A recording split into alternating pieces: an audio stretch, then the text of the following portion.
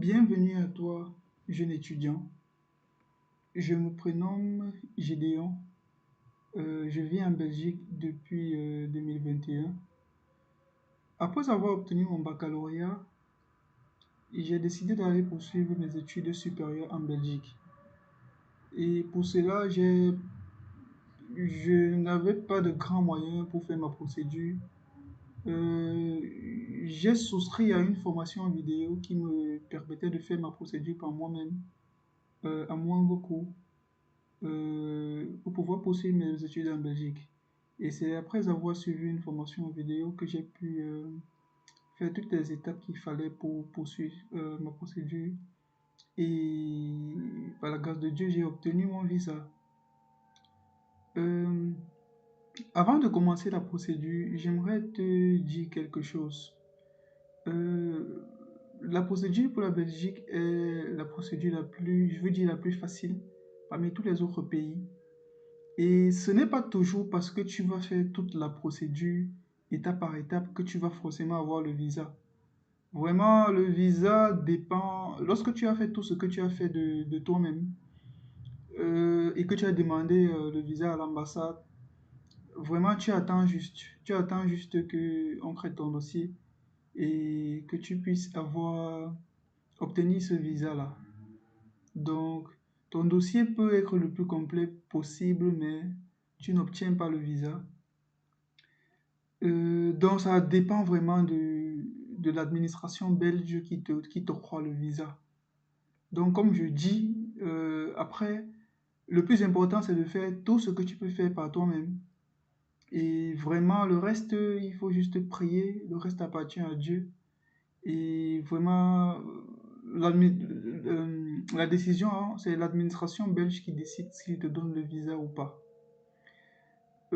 Aussi, avant de continuer et de vouloir accéder à la formation et tout, il faut te rassurer que tu remplis les critères pour pouvoir poursuivre la procédure.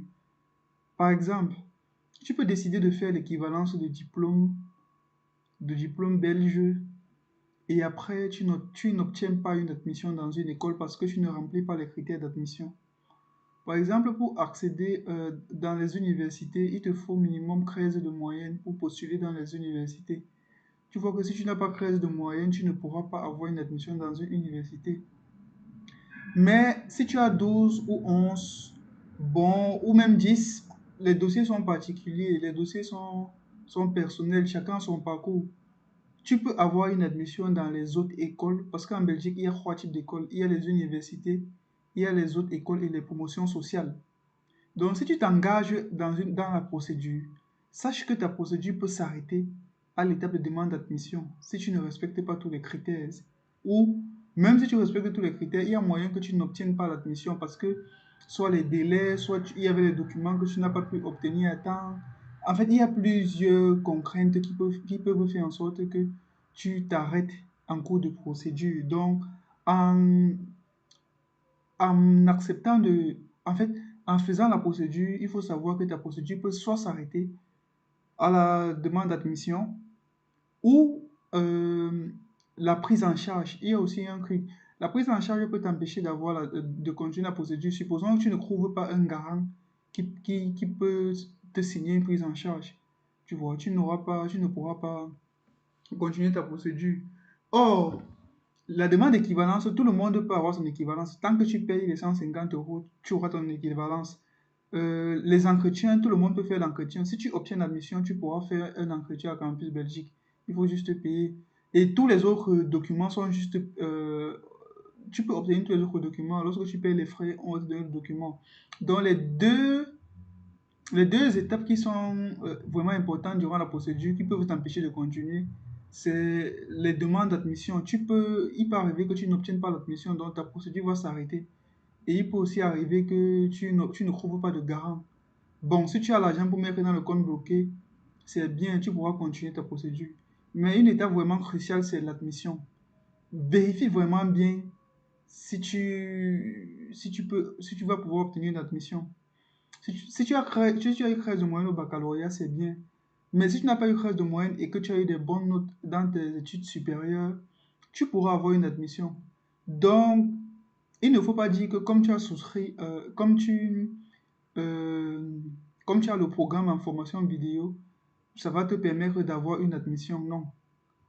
Le programme en formation vidéo te guide sur comment avoir une admission. Maintenant, avoir une admission, ça dépend de l'école, dans les écoles où tu postules.